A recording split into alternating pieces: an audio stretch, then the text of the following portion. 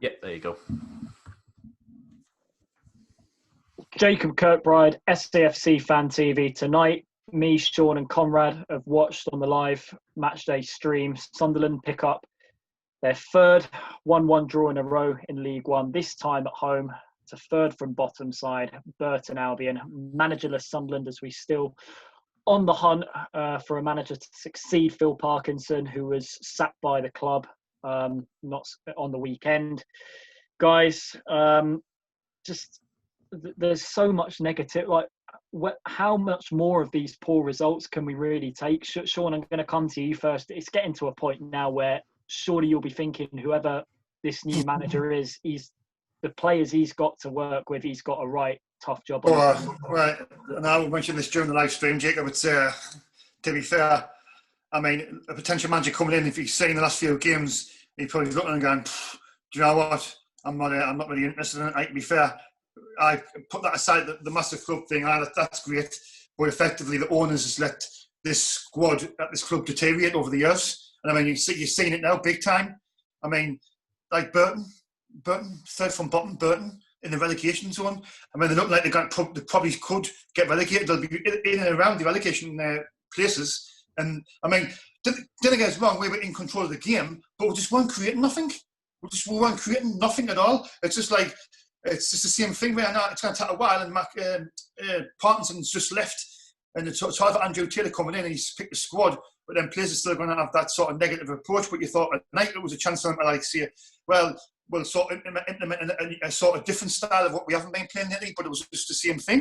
It was the same old crap, just passing it around, not being effective. I mean, I'm looking at the stats now, Jacob, right, and Conrad. Ball possession, we had 70% of the ball possession, yeah? We had 20 goal attempts, but how many times did the keeper save any of them attempts? Once, there you go. Shots on goal 5. I mean, shots on goal 5 against Burton, third of them. That is just not acceptable at all. There's no urgency there with the team.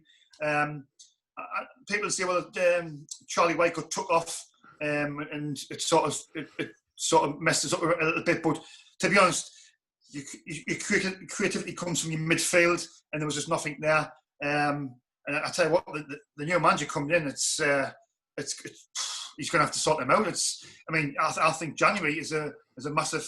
Getting the manager is massive as well. Getting the right manager in, but January is huge because this squad it needs to be invested in. It needs to be invested in a big way. Because I tell you something, there's too many of them players who are not up to it. Your Max Powers, he that's the captain as well. I mean, you said as well in that game.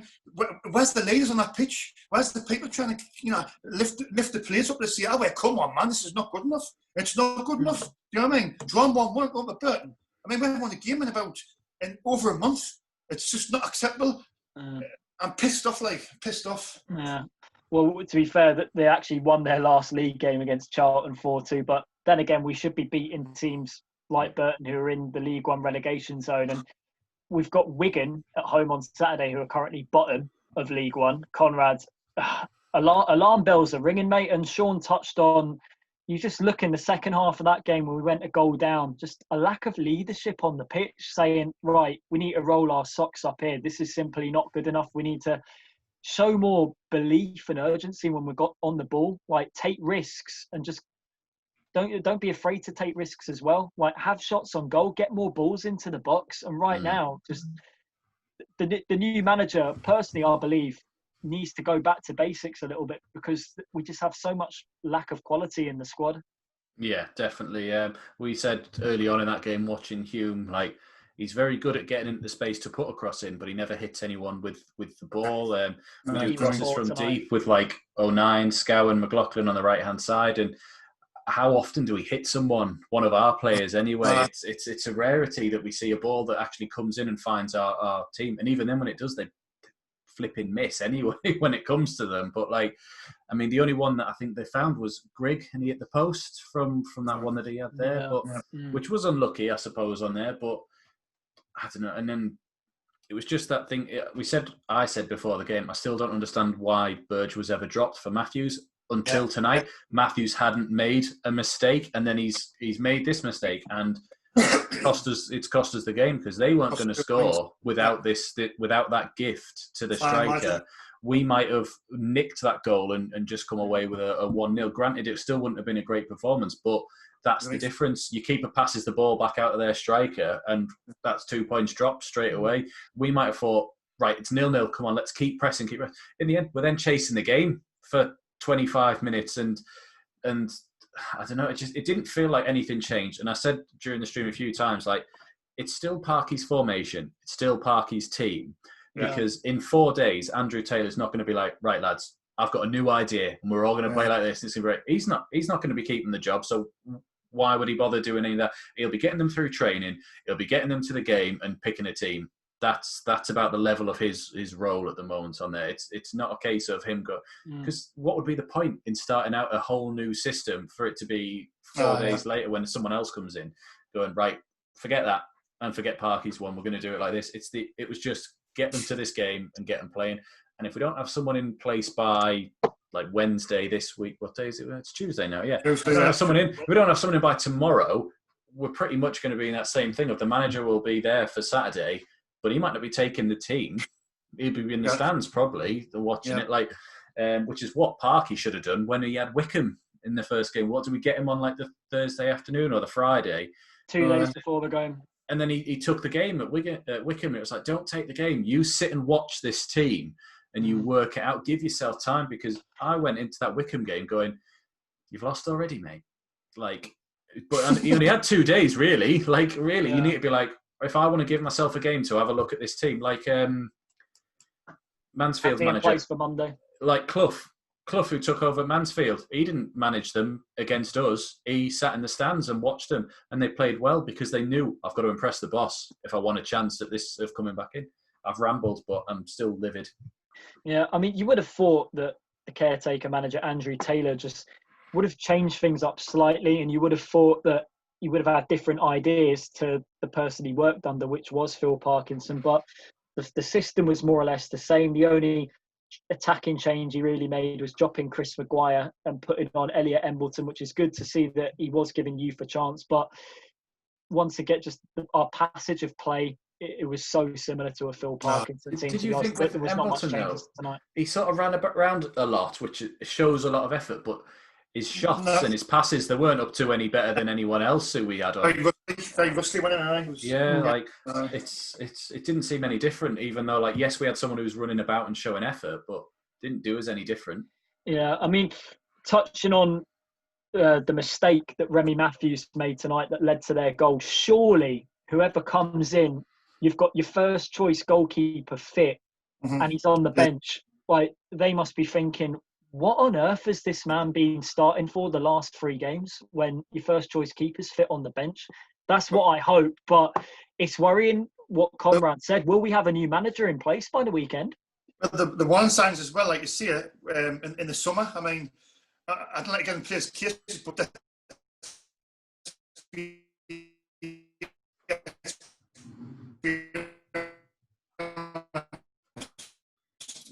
you know, any level of football, making a mistake like that, I mean, first a mistake, and then we had the chance to clear it. The defender couldn't clear it either, so it was like a catalogue of errors. You need to cut them out. If the keeper saves it, and we keep the clean sheet, we win 1-0. It wasn't a great performance at all. It was really poor. It was pathetic, really. But you still win the game, 1-0. But it's still them little mistakes. You know, Remy Matthews, he's done them in pre-season, and he's still doing them now. You know, we know for a fact that Lee Burgess is a better goalkeeper than Remy Matthews. If Burgess on the bench, if Lee Burgess on the bench, why is he not playing? Why is Lee Burgess not playing? Do you know what I mean? I don't get it. Yeah, I can't get my head around it. Obviously, Max Power, the captain, got the equalising goal, but that didn't excuse he was mediocre tonight. When you would have thought just leadership, passion, drive, and that's our captain. And every time he gets the ball, you just feel that he's not going to go forward with it. It's either going to go sideways or back. I mean, Sean, I wouldn't have even given him mediocre, like you said, though, Jacob. Like, every other word about Power you were saying during that game was, Power, that's a bad ball, or that's a bad pass, or where are you going? Yeah. It was awful. Sorry, comment. Sorry. He was one of the worst on the pitch tonight, but he scored the goal. Do you know what I mean? Like, just because he scored doesn't mean he was the best one. He was pretty poor. Surely people can see now, lads, right, about Max Power. I mean, you know, Max Power is supposed to be the captain. Your captain is supposed to be, you know, arguably your most important player on the pitch. Now, come on, now if Max Power is the most important player in your squad or whatever, I'm missing something here. I mean, can you see now that he's a passenger in the game? He doesn't offer nothing to the team. He doesn't offer nothing. He offers absolute. I know he scored the goal line, and people say, "Well, he scored." If somebody else was in that position, they probably just scored as well. It was a good ball by. It was the cross what got the goal. It was a good cross by Denver here. But what does Max Power really bring into the game? I mean, he's just. He can't take a player on. He makes loads of mistakes with his passing. He always passes it back. He never goes forward. Never takes a player on. Do you know what I mean? Surely when the new manager comes in, I mean, that was for me. That was Parkinson's first mistake. When Parkinson, I put on Twitter as well. I says, "There's his first mistake. Parkinson's naming Power as the captain." When the next manager comes in, let's see if he can look at Power and see that he's not up for it. You know what I mean? And then we'll see. I mean, the one sign for me was early doors when Parkinson named Power as the captain. I went, "Nah, sorry, like a good manager should be able to see that he's not a good player. He's not a good player. He's crap. He's rubbish." Yeah. Also worrying to note, Charlie Wyke and Luke O'Nien did also come off with injuries tonight, so it'll be interesting to see how that develops when they're assessed for that Wigan game at the weekend. But right now it's very dark times for Sunderland Football Club. We need a new manager ASAP, and it has to be, like Sean said before we went on air tonight, this is going to be the most crucial appointment in the club's history. We have to get this right. Absolutely. It's worrying times ahead. All we can say is keep the faith. We're Sunderland until we die, through thick and thin. Yeah. Where do we go from here? Honestly, we need this new manager in place. Wigan Athletic at home on Saturday, bottom of the league, but tonight another poor performance. Sunderland won. You just know what's going to happen. You know what's going to happen in the Wigan game. Like, exactly. I'm worried now. But Wigan bottom of the table on Saturday. Wigan at bottom of the table. Now you would see it. No, you've got to win that game. And I was just thinking it already. Well, I know he's thinking. I'm thinking the same. Yeah. Now you go bottom of the table. Wigan bottom of the table. Bottom of the league in the third tier of English football, playing Sunderland. Yeah, and they're going to come here and they're going to match hard, and they'll probably get something. That's what it is. Find out, and they'll go for a point, or they'll get all three. It's exactly what they'll do. Yeah.